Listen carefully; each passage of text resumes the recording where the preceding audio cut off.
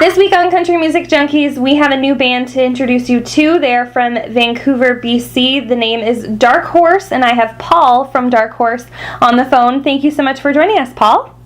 Oh, thank you, Patrice. Thanks for doing this. Now, I want to start kind of with your first single because it's awesome. It has such a cool vibe to it. It's called In the Country. What was the inspiration for that song? Why did you decide to release that to the public first? Well, I thought it was, look, most of the record is like kind of like a love letter to where I grew up. All right. Yeah, and a lot of the record's pretty introspective on the experiences I had growing up, and that song just kind of felt like it wrapped it all up into what I was trying to say. I grew up on a farm on Vancouver Island, and I don't know, it's kind of, whenever I've been away, I always miss home, and when I started writing this record, I wasn't anywhere near home, and I think a lot of that kind of shows up on the record, and that was sort of the thing that instigated writing the rest of the record was, I can just write what I know and just write these experiences that I had growing up, and so it all began there, I guess, and so it just made sense to release that single first. Absolutely. Now, you mentioned the rest of the record is a love letter to kind of your roots and that sort of thing. The song In the Country is quite upbeat and quite fun. Are the rest of the songs on the album kind of have that same upbeat feel? Yeah, I would say probably about 75% of the record has that upbeat feel for sure. And we got a couple ballads in there for good measure. You always need a couple ballads on your album. Absolutely. Your album will debut on April 29th. You have your kickoff party for the Let It Ride tour on April 27th. I know you can buy tickets online at your website, darkhorseofficial.com. How pumped are you to kind of get this music out to the public and start touring?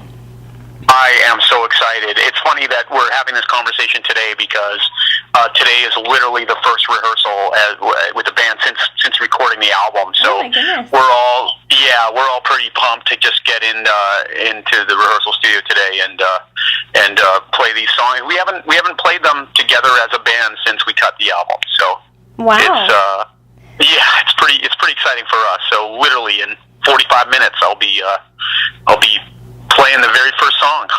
Very cool. Now, you mentioned you grew up on a farm. The rest of the members of the band, do they come from that country background as well?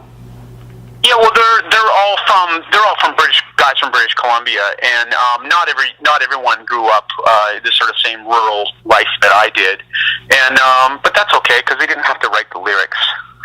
Absolutely, they left that up to you, eh? What's that? Sorry. They left that up to you. Yeah, yeah. I'm the story writer, music writer in the band. So how did the band come together? Did you guys know each other for a long time, or was it just kind of? Yeah, we've all the musicians we knew for a long time. The inception of the band started with me and Steve-O, the guitar player. We were working with some of the Headley guys, and they happened to casually mention, hey, there's a couple of female artists, country artists that need some songs. Would you consider writing some tunes? And I thought, yeah, sure.